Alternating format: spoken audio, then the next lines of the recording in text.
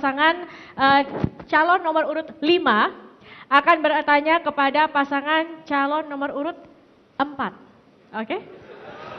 Beri tepuk tangan. Baik, mohon tenang sekarang. Kita mulai bertanya sekarang langsung saja. Baik, nomor urut 4. Saya ingin bertanya, bagaimana cara Anda menyelesaikan poin-poin MOU Helsinki dan turunan UUPA yang belum selesai? Sedangkan Anda tidak bisa membuat kekompakan dengan DPRA, dengan wakil gubernur, dengan partai Anda dahulu, bahkan dengan kepala dinas yang sering Anda gonta-ganti. Waktu bertanya habis, silakan langsung dijawab pasangan nomor 4. Mohon tenang. Mohon tenang. Hadirin mohon tenang. Silakan. Ya, terima kasih banyak. Menyangkut dengan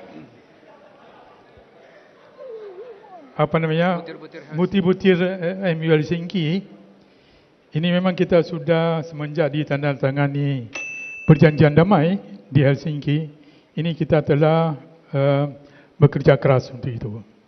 Tapi ingat bahawa kita berdamai adalah di bawah Negara Kesatuan Republik Indonesia. Itu poin-poin yang paling penting. Kemudian tentu ada poin-poin yang tentu tidak sejalan, seirama apa yang walaupun sudah dibikin oleh DPRA. Tapi masih ada kejanggalan-kejanggalan karena tidak semua di pihak pusat pun menyetujui yang ini. Kita harus bersinkronisasi untuk itu. Saya lihat banyak yang overaktif di pihak DPRA malah. Padahal itu kita sudah sepakati antara gubernur dengan DPRA-nya. Kemudian saudara menyebutkan tadi sebagai wakil gubernur. Saya itu boleh saya katakan itu saya bekerja sendiri.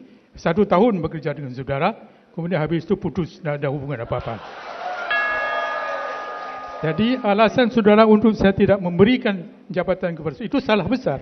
Karena ada tugas-tugas dari yang gubernur dan wakil gubernur. Saudara bukan supir saya. Jadi saudara adalah wakil gubernur. Itu saja.